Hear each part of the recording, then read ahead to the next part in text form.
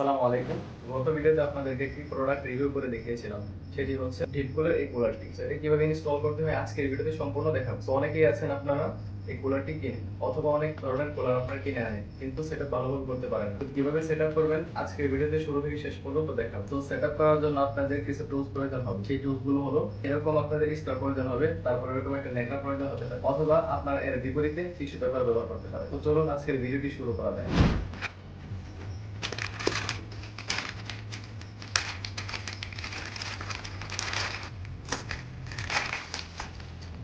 তো এখানে আমরা কয়েকটা জিনিস দেখতে পাচ্ছি, এগুলো হচ্ছে মাউন্ট করার জন্য। তো এটা আপনার ইন্টেল এএমডি দুইটা প্ল্যাটফর্মে লাগবে, আর এটা হচ্ছে শুধুমাত্র ইন্টেলের জন্য। তো এখানে দেখতে পাচ্ছেন এখানে কিন্তু ইন্টেল লেখা আছে, অনলি ফর ইন্টেল। তো এটা ইন্টেল এবং এএমডি দুইটা প্ল্যাটফর্মের জন্য এটা ব্যবহৃত হবে। তো তারপর এখানে আপনারা দেখতে পাচ্ছেন কয়েকটি স্ক্রু, এখানেও দেখতে পাচ্ছেন স্ক্রু। তো এগুলো কিন্তু আমি গত ভিডিওতে দেখিয়ে দিয়েছি, তো এগুলো নিয়ে আমি আর সামনে বাড়াচ্ছি না। তো এখন কিভাবে সেট আপ করবো সেটা দেখি। তো এখন আমরা সেট আপ করবো। সেটআপ করার আগে আপনাদেরকে এই বিষয়গুলো জেনে রাখতে হবে। সেটি হচ্ছে, দেখেন এখানে কিন্তু ৩টা কেবল আছে। তো কোন কেবলটা কোথায় লাগবে সেটা কিন্তু আপনাদের জানা খুবই জরুরি। তো এখানে দেখতে পাচ্ছেন এই দুইটা কেবল কিন্তু একদম সেম। এখানে একটা হচ্ছে আপনার ফ্যান থেকে আসছে, আর একটা হচ্ছে আপনার কুলার থেকে আসছে। তো এই যে এটা কিন্তু ফ্যান থেকে আসছে এবং এটাও কিন্তু ফ্যান থেকে আসছে। এটা কিন্তু আমাদের দেখতে পাচ্ছেন এটা কিন্তু কুলার থেকে আসছে। এই কেবল আর এই কেবলটা কিন্তু সেম। এখন মাদারবোর্ডে কিভাবে লাগাবেন তার জন্য আগে থেকে সেটআপ করতে হবে। তো এটা যদি সেটআপ করতে চান তাহলে দেখতে পাচ্ছেন এখানে কিন্তু আরো একটা কেবল দেওয়া আছে। তো এই কেবলটা এখানে কিন্তু ঢাকা, তো এটা কিন্তু আপনাদের খুলতে হবে। তো এভাবে টান দিবেন তাহলে কিন্তু খুলে যাবে। খুলে যাওয়ার পর এখানে দেখতে পাচ্ছেন এখানে কিন্তু এরকম না, তো এটার সাথে কানেক্ট করতে হবে। তো এটার সাথে কানেক্ট করার জন্য এখানে দেখতে পাচ্ছেন এভাবে ধরলে আপনার কানেক্ট হয়ে যাবে। হালকা একটু দাতা দিতে হবে।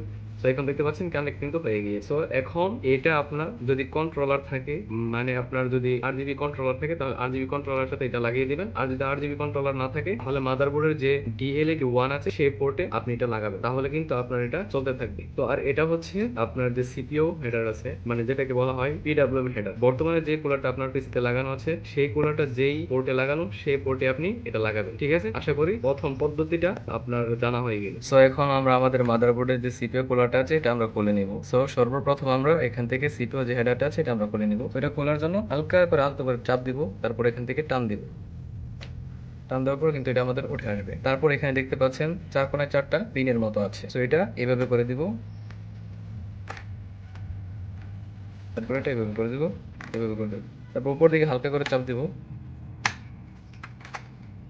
দেওয়ার পর আমাদের কিন্তু কুলারটা খুলে আসবে।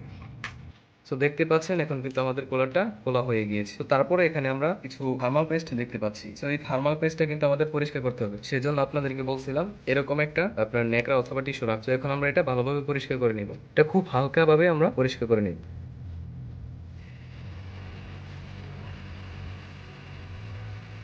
সো এখন আমরা দেখতে পাচ্ছি আমাদের এটা কিন্তু খুব ভালোভাবে ক্লিন হয়ে গিয়েছে। তো আপনারা কিন্তু এভাবে খুব ভালো করে ক্লিন করে নেবেন। সো যদি ক্লিন করা শেষ হয়ে যায় তখন আমরা আমাদের এখানে কিন্তু থার্মাল পেস্ট ব্যবহার করব। আমাদের কুলারের সাথে কিন্তু একটা থার্মাল পেস্ট দেওয়া ছিল। সো আমাদের কিন্তু থার্মাল পেস্ট এরকম থাকবে, মানে আমাদের কুলারের সাথে কিন্তু এরকম একটা থার্মাল পেস্ট দেওয়া থাকে। সো এই থার্মাল পেস্টটাই কিন্তু আমরা এখানে ব্যবহার করব। সো এখন কিন্তু আমাদের এই জিনিসগুলো ব্যবহার করতে হবে। সো এই জিনিসগুলো কিন্তু আমরা এখন সেট আপ করে নিব। সো সেট আপ করার জন্য সর্বপ্রথম আমরা এটা সেট আপ করবো। যেহেতু আমাদের প্রসেসরটা হচ্ছে ইন্টেলের, সেজন্য আমরা এটা ইন্টেলের সাথে ব্যবহার করব। তো এখানে দেখতে পাচ্ছেন ইন্টেল লেখা আছে। সো এটা কিন্তু আমাদের মাদারবোর্ডের পিছনে ব্যবহার করতে হবে, আর এটা আমাদের মাদারবোর্ডের উপরে ব্যবহার করতে হবে। সো কিভাবে ব্যবহার করতে হবে সেটাই এখন দেখাবো। সো এখন আমরা এই যে হোলগুলো দেখতে পাচ্ছেন এখানে কিন্তু আমরা এটা বসাই দিব।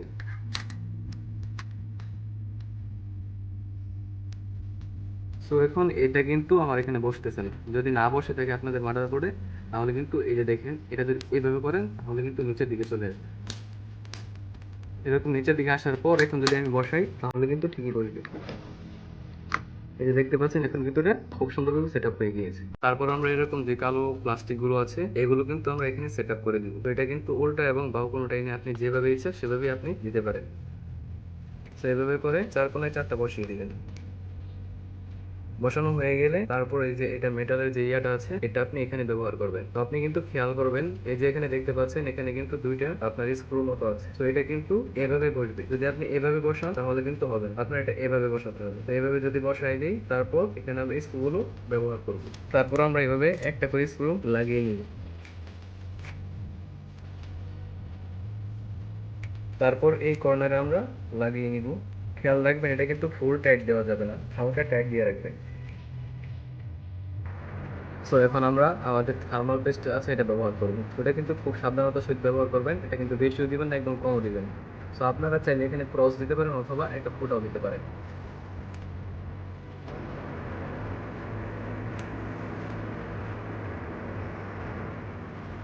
সো আমি জাস্ট এভাবে দিয়ে রাখলাম, আপনারা ভালোভাবে দিবেন। সো এখন আমরা আমাদের যে কাঙ্ক্ষিত কুলারটা আছে সেটা এখানে ইনস্টল করব। তো ইনস্টল করার জন্য এখানে দেখতে পাচ্ছেন এখানে কিন্তু একটা স্টিকার আছে। তো এই স্টিকার আপনি কখনোই আগে উঠাবেন না, যখন আপনি সেট আপ করবেন থার্মাল পেস্ট লাগানো শেষ হবে তখন আপনি এটা উঠাবেন।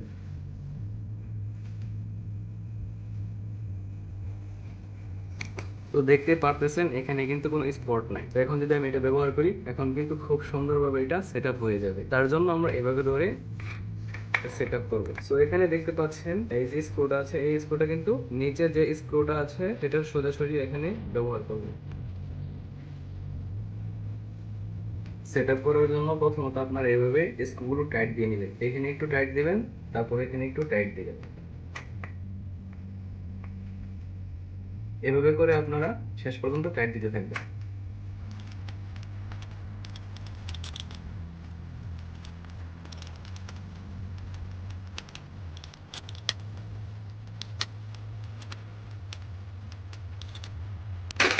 সো এখন আমাদের কিন্তু এটা সেটআপ করা শেষ। সো এখন আমাদের ফিটিং করার দরকার হবে। সো এখন কিন্তু আমাদের কুলারটা সম্পূর্ণ ইনস্টল হয়ে গিয়েছে। সো এখন আমরা এটার লাইন দিব। লাইন দেওয়ার জন্য এখানে আমরা 2 থেকে 3টা কেবল পাবো। তো এটা প্রথমত আমরা এই যে 4 পিনওয়ালা যে কেবলটা, এটা কিন্তু আমাদের সিপিইউ ফ্যান যে পিনগুলো আছে এই পিনে এটা ব্যবহার করতে হবে। তো সেই পিনটা দেখেন এখানে কিন্তু মাদারবোর্ডের এখানে পাওয়া যাচ্ছে। আপনাদেরকে যেখানে আপনারা খুঁজে নেবেন। তো এখানে তাকালে এখানে দেখতে পাচ্ছেন 4টা কিন্তু পিন আছে। সো আমরা এখানে এটা সেটআপ করে দিই।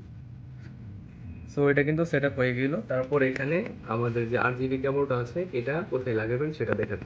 তো এটা আপনারা এখানে মাদারবোর্ডের নিচের দিকে আসলে দেখতে পাবেন DLED 1 লেখা। এখানে যদি তাকান তাহলে দেখতে পাবেন DLED 1। তো এখানে কিন্তু 3টা পিন, এই যে দেখতে পাচ্ছেন এখানে কিন্তু 3টা পিন দেওয়া আছে। তো এখানে আপনারা এটা ব্যবহার করবেন। সো এখানে কিন্তু আমি এখন ব্যবহার করব না। কারণ হচ্ছে আমার কেসিং এর সাথে একটা কন্ট্রোলার আছে, সেটাতে আমি ব্যবহার করব। যাদের এই কন্ট্রোলারটা নাই তারা এখানে ব্যবহার করতে পারে। যেহেতু আমার কন্ট্রোলার আছে সেজন্য আমি এটা এখানে ব্যবহার করব। সো আমরা এখন আমাদের কেসিং এর পেছনে চলে আসছি। সো এখানে আসার পর আমরা কিন্তু এখানে দেখতে পাচ্ছি এটা হচ্ছে আমাদের কন্ট্রোলার। সো এটা দিয়ে কিন্তু আমাদের কম্পিউটারের যত ফ্যান আছে সেই ফ্যানের RGB অথবা ARGB যে কালার গুলো আছে সেগুলো কিন্তু এখান থেকে আমরা চেঞ্জ করতে পারি। এখানে দেখতে পাচ্ছি 3 পিনওয়ালা একটা স্লট আছে। এখানে কিন্তু আমাদের যে পিনটা আছে এটা কিন্তু এখানে আমরা সেটআপ করব, অথবা আমরা এখানে নিচে সেটআপ করতে পারি। তো এখন আমরা এটা সেটআপ করে দিব।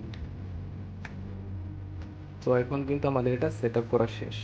সো গাইস এই হচ্ছে আমাদের ফাইনাল আউটলুক। তো দেখতেই পারতেছেন এখন কিন্তু খুব সুন্দরভাবে আমাদের কুলারটি রানিং হচ্ছে বা রানিং অবস্থায় আছে। তো চলুন কিছু সিনেমেটিক ভিডিও দেখি।